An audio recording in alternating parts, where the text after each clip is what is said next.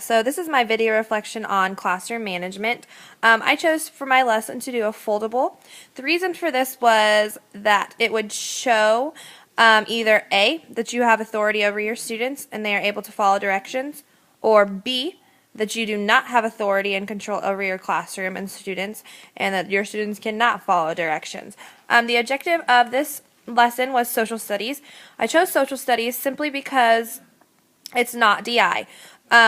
Social studies and science are the two subjects in our school that we can teach on our own. We have the reins, we can do with it as we please, we can use whatever books we want to, and I feel like that was a lot easier to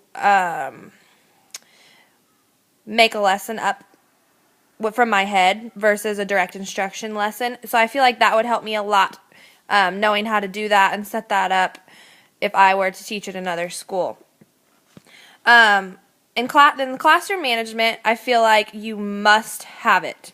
You must have classroom management. The students must walk in on day one and know what you expect of them and what the rules are in order for your classroom to function properly. A few things that I have learned in the past from my internships and that I have tried to use in my student teaching and will try to use would be 1, 2, 3, eyes on me. That pinpoints the students who are looking at you and obviously the students who are not looking at you, and then you can simply tell them and call them out to pay attention. Clapping for a response. I love that with younger kids. I do not get the chance to do that just because in direct instruction it's a snap, and I know I could bring that in, and I kind of wish I did and do more. Social studies and science is a great way to model what you expect. Social studies and science involves a lot of interaction, experiments, things like that, and I feel like as a teacher you must model and then have the students respond and have them mirror what you modeled to them.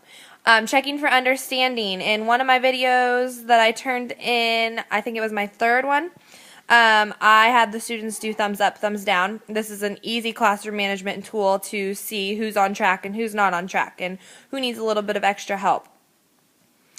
When a student is not focusing or is off in la la land and just doesn't seem to be interested, proximity is a big thing in classroom management.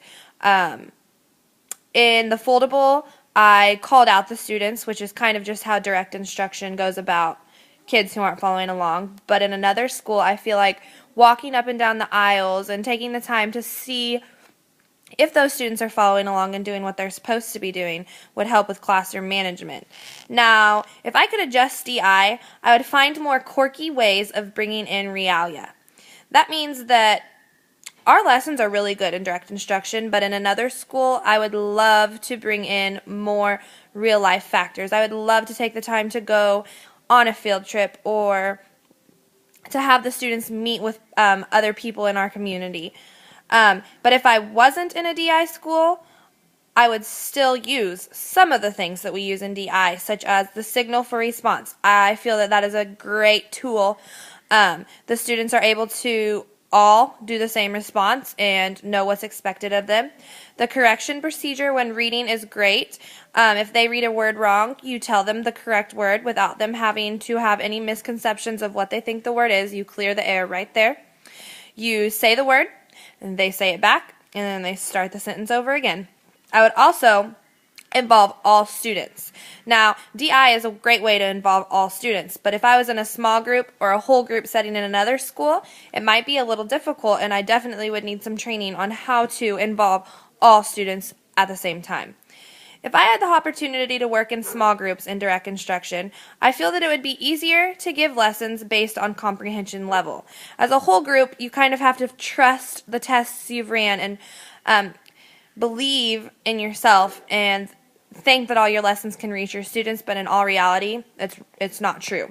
You have ESL students, you have disabled students, you have learning disability students, so it would be very, very beneficial to be able to work in small groups and whole groups in the future. Thank you.